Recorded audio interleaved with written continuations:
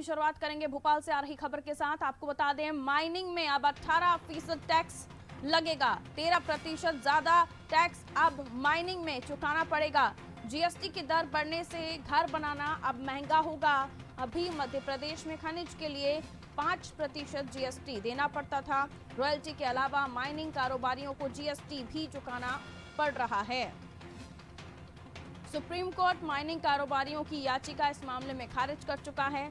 GST की जल्द नई दरें जारी हो जाएंगी। नई दरों के साथ गिट्टी रेत के दाम बढ़ जाएंगे, यानी अब घर बनाना और भी महंगा हो जाएगा। आम आदमी का सपना, उसकी छत, उसका आशियाना अब और भी दूर होता जा रहा है, क्योंकि माइनिंग्स के रेट बढ़ेंगे तो जाहिर सी बात है रेत गिट्टी जैसी चीजों के रेट भी बढ़ेंगे। और ये रेट बढ़ना यानी आपके कंस्ट्रक्शन पर, आपकी किसी भी इमारत के कंस्ट्रक्शन पर फर्क पड़ेगा। और काफी लंबा ये फर्क बताया जा रहा है, काफी ज्यादा ये फर्क बताया जा रहा है, क्योंकि 18% जीएसटी माइनिंग्स पर अगर लगेगा तो जाहिर सी बात है जो माइनिंग से जुड़े हुए कारोबारी हैं या जिनके पास किसी भी खदान का ठेका होगा, वो अब आप तक कोई भी रॉ मटेरियल गिट्टी रेत जैसी चीजें पहुंचाएंगे तो उससे उसमें अपना हिस्सा जो वो जीएसटी के जरिए पे कर रहे हैं सरकार को या वो चुका रहे हैं, उसे भी वो इसी आपकी एक ट्रॉली रेत हो, एक ट्रॉली गिट्टी, उसी में से ही उसमें बढ़ाकर निकालने की कोशिश करेंगे। तो ऑल ओवर आप ये समझिए कि अब आप घर बनाते हैं, अपनी छत डालते हैं, आशियाना बनाते हैं, तो अब आपको दाम ज्यादा चुकाने पड़ेंगे। 13% ज्यादा दाम अब आपको चुकाने पड़ सकते हैं। और ये अंतर कितना बड़ा है इसे भी समझिए। और हम समझने की कोशिश करेंगे। विवेक हमारे साथ लाइव बने हुए हैं इस खबर पर और भी हमें समझाएंगे, क्योंकि ये तो साफ हो गया कि जीएसटी लगेगा तो आम आदमी की जेब पर और भार पड़ेगा। अगर वो सपना देख रहा है अपनी छत डालने का, कोई इमारत बनाने का, या छोटी मोटी कोई अगर किसी भी तरह का कंस्ट्रक्शन वो कराना चाहता है, चाहे 10 बाय 10 के कमरे पर भी कंस्ट्रक्शन कराना चाहता है, तो सपना भले ही उसका छोटा होगा लेकिन उसको दाम बड़ा चुकाना पड़ेगा। क्योंकि जो खबर निकलकर सामने आ रही है उसमें सीधा माइनिंग से जुड़े हुए जो लोग हैं या माइनिंग करने वाले लोग हैं, उन्हें जीएसटी अब 13% और ज्यादा चुकानी होगी। इस खबर को किस तरह से आम जनता से कनेक्ट करें और आम जनता कैसे देखे इस खबर को, जो व्यापारी हैं, जो खदानों से जुड़े हुए लोग हैं, वो इसे कैसे समझें? देखिए, दो इसमें सबसे बड़ी बात यह है कि पहली बात तो यह है लोगों को सबसे बड़ी जो है वो अब उन्हें ज़्यादा टैक्स देना पड़ेगा। और सबसे बड़ी बात यह है कि माइनिंग कारोबारियों के लिए सबसे बड़ा सेटबैक है, क्योंकि साल 2020 में ये याचिका लगी थी कि जीएसटी की दरों को जो है वो कम किया जाए। इस याचिका को सुप्रीम कोर्ट ने खारिज किया है और अभी मध्य प्रदेश सहित कई अन्य राज्यों में 5% जीएसटी लिया जा रहा है, लेकिन अब 18% की दर कर दी जाएगी, यानी कि सीधे 13% की बढ़ोतरी माइनिंग सेक्टर में होगी, जिससे सबसे ज़्यादा जो मुश्किल है, जो लोग अपना घर बनाना चाहते हैं या जो इंफ्रास्ट्रक्चर से जुड़े हुए कामकाज हैं वो महंगे हो जाएंगे और खदान मालिकों पर भी बोझ पड़ेगा। अभी जो उनको जिस दर के मुताबिक वो खदान चला रहे हैं, उन्हें जो 13% के साथ अतिरिक्त कर देकर जो है फिर दोबारा उन्हें खदानों का लीज भरना पड़ेगा। और इसमें सबसे बड़ी बात यह है कि अभी सरकार 5% टैक्स के मुताबिक 2.5-2.5% का जो स्टेट और केंद्र का जो रेशियो है वो अभी फिक्स होता था, लेकिन अब राज्य सरकार को भी 9% स्टेट जीएसटी मिलेगा और सेंटर को भी 9% जीएसटी मिलेगा। हालांकि ये है सुप्रीम कोर्ट की याचिका खारिज होने के बाद जो है ये साफ है कि जल्द ही जीएसटी जो काउंसिल है वो इसकी रेट में बढ़ोतरी करेगा। लेकिन एक सबसे बड़ा महत्वपूर्ण विषय ये है कि जीएसटी कारोबारियों ने,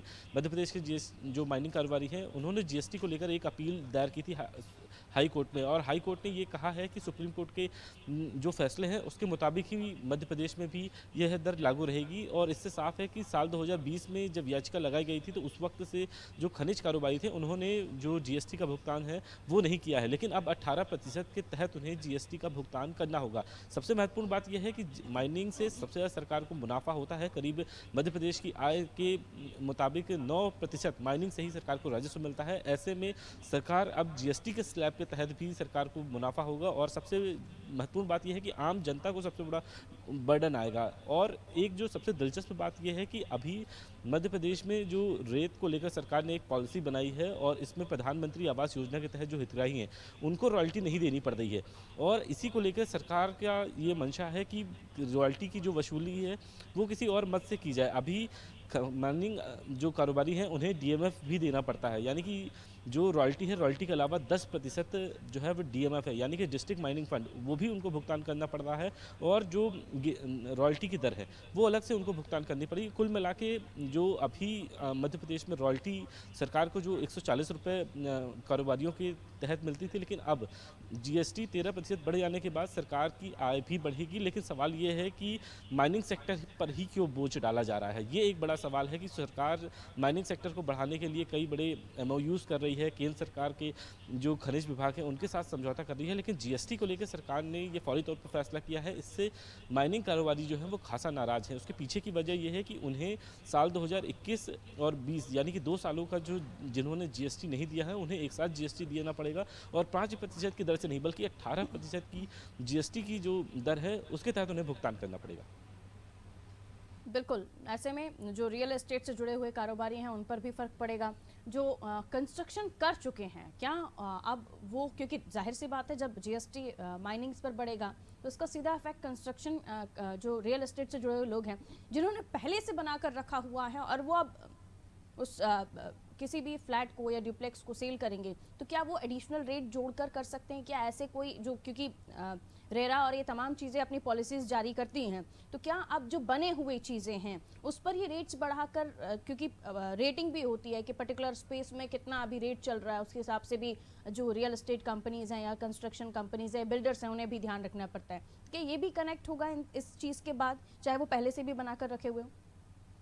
देखिए, जीएसटी की दर बढ़ने के बाद ना सिर्फ रियल एस्टेट को सबसे ज़्यादा जो नुकसान होने वाला है वो सबसे ज़्यादा चिंता का विषय है, क्योंकि रियल एस्टेट में जब कोई भी प्रॉपर्टी बेची जाती है तो उस वक्त ही उसके रेट तय कर दिए जाते हैं। अब अगर कोई नए सिरे से जो प्लॉट या फ्लैट या ज़मीन कोई भी लेगा तो अब उसे 18% का जीएसटी देना पड़ेगा। लेकिन एक सबसे महत्वपूर्ण बात यह है कि सरकार के जो कंस्ट्रक्शन के काम है, रोड के है, बिल्डिंग्स के काम है, उनमें भी इजाफा होगा। यानी कि जो पहले बिलो टेंडर में जो टेंडर जाते थे उनमें भी जो टेंडर रेट है वो भी बढ़ाए जा सकेंगे, क्योंकि जो अभी दर है 5% जीएसटी की, उसके मुताबिक ही अभी टेंडर की वैल्यू है। लेकिन अब 18% लगने के बाद जो सरकार को भुगतान करना पड़ेगा संबंधित ठेकेदार को, वो भी अधिक करना पड़ेगा। ऐसे में जीएसटी को लेकर काफ़ी ज़्यादा संशय बना हुआ है और माइनिंग कारोबारियों का ये कहना है कि सरकार इस मसले पे केंद्र से बात करे। इससे पहले जूते पर 5% से टैक्स बढ़ाकर 12% करने की बात कही थी, लेकिन विरोध के बाद यह टैक्स जो है कम किया गया और 5% ही लागू है। अब सवाल यह है कि जीएसटी क्या दलीलें देता है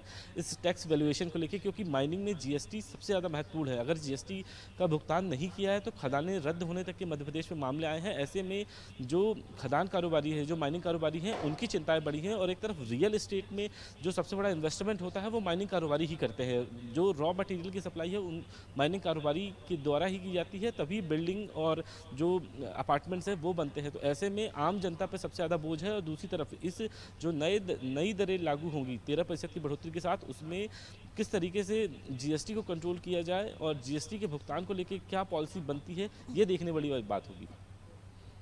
बिल्कुल विवेक, अब जाहिर है कि अब इन तमाम नियमों के बाद हम देख रहे हैं कि हर तरफ एक तो महंगाई की मार पहले से ही है, अब एक और चीज़ जो आम जनता से ही जुड़ी हुई है। लेकिन अब क्योंकि एक चिंता आम आदमी को ये भी है कि उधर एक नज़र वो देखता है अपने काम की तरफ, तो उसे वहाँ से आमदनी कोई बड़ी नहीं होती है, कोई एक्स्ट्रा इनकम का सोर्स नहीं बन रहा है, बल्कि जॉब्स में सैलरीज में डिडक्शन हुआ है, इंक्रीमेंट लगना तो बहुत दूर की बात है। कोरोना के बाद से वैसे ही आम आदमी पर भार बहुत ज़्यादा पड़ा है। तो जो कोरोना से पहले तक ये सपना देख रहे थे कि वो आने वाले समय में अपना कोई भी छोटा सा आशियाना बनाएंगे, उनके लिए भी ये दूर की बात हो चुकी है।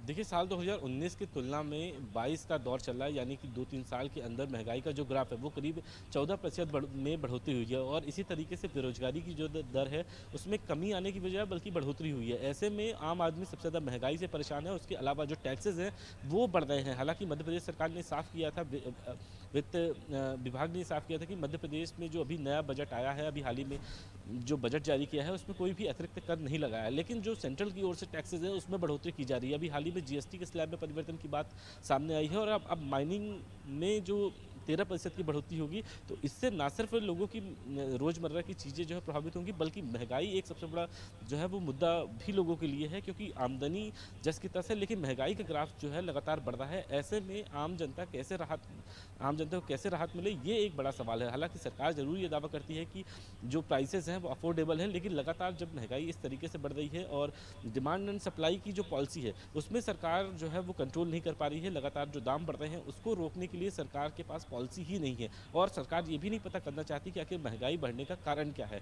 हालांकि पेट्रोल और डीजल के मामले में सरकार के पास एक तर्क जरूर है कि रूस और यूक्रेन के युद्ध के चलते अंतर्राष्ट्रीय बाजारों में पेट्रोल जो कच्चा तेल है उसके जो निर्यात है उसमें जो सबसे ज़्यादा बढ़ोतरी हुई है, इस वजह से पेट्रोल डीजल के दाम जो है बढ़ रहे हैं। लेकिन ना सिर्फ पेट्रोल डीजल बल्कि हर सामान में रोज़मर्रा की जो भी चीज़ें हैं उनमें लगातार जो है वो बढ़ोतरी हो रही है। उसका सीधा जो लगातार महंगाई बढ़ रही है उसका सीधा संपर्क जो है पेट्रोल डीजल से है, क्योंकि यदि ट्रांसपोर्टेशन सस्ता होगा तो जो सामग्रियाँ हैं, खाद्य सामग्री है, राशन है, तमाम जो सारी चीज़ें हैं वो भी सस्ती होंगी। ऐसे में सरकार को जो महंगाई है उसको कंट्रोल करने के लिए पॉलिसी बनानी होगी। यह केंद्र के पास भी प्रस्ताव जो है इसी लोकसभा में विपक्ष की ओर से रखा गया था। हालांकि राज्य सरकारों से भी ये मत मांगा गया है कि महंगाई को लेकर किस तरीके से आम जनता को राहत दी जाए। हालांकि सरकार ये साफ कर रही है कि पेट्रोल डीजल पर लगने वाले सेस को सरकार कम नहीं करेगी, जैसा कि पिछले साल जो है राज्य सरकार और केंद्र सरकार दोनों ने ही जो वैट लगता है उसे कम किया था। लेकिन आज जो कीमतें हैं पेट्रोल डीजल की वो ठीक पिछले साल के मुताबिक ही पहुंच गई है। पेट्रोल मध्य प्रदेश में 119 रुपये तक पहुंच गया है। तो ऐसे में वैट का भी कोई असर दिखाई नहीं दे रहा है। ऐसे में जीएसटी की जो लगातार जो बदलाव है, जीएसटी जिस तरीके से टैक्स लगाना चाहता है उससे आम जनता सबसे ज़्यादा निराश है। बहुत शुक्रिया विवेक जानकारी देने के लिए। तो जीएसटी को लेकर हम चर्चा कर रहे थे, जहां माइनिंग्स पर भी जीएसटी की दर है जो वो बढ़ गई है।